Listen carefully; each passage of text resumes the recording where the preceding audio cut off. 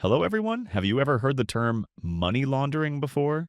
The term money laundering doesn't literally mean taking money and washing it because it's dirty, right? It's a process where people take money they earned from illegal activities, such as drug trafficking, human trafficking, and various scams, and transform that money into clean, legitimate funds. To put it simply, money laundering is just about erasing money's history so it can use freely. Normally, you can't just take $10 million dollars and deposit it into a bank. With such a large sum of money, the bank would question its origin and ask you how you earned it, whether it was from legal or illegal business.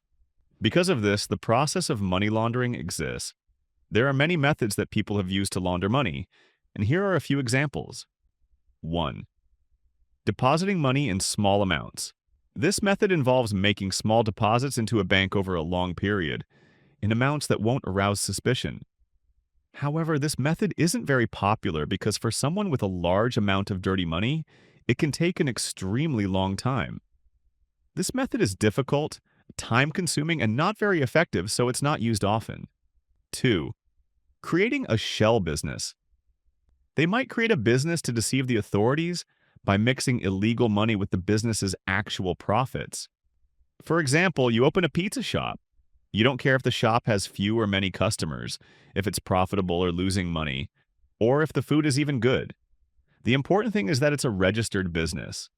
Let's say your profit is $50,000 a month. You then add an extra $150,000 of dirty money to your pizza shop's monthly profit. This makes your monthly profit $200,000, and this money will now be considered clean. 3. Complex financial transactions.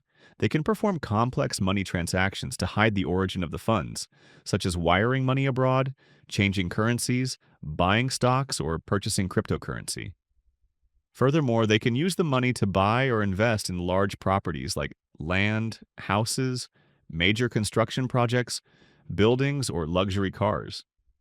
They often invest in countries with less regulated financial systems. Once they sell the property they bought, the money they receive becomes 100% legal and safe. Do you remember the recent event where hackers stole about $1.4 billion worth of Ethereum from the company Bybit? This was one of the largest crypto heists in history.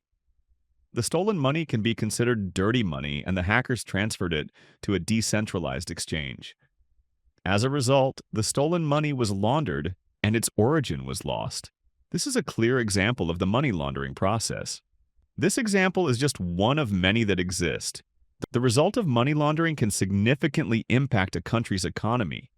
For instance, if someone who laundered money uses a large amount of it to buy property in a specific area, it could cause the real estate prices in that area to skyrocket beyond their true value.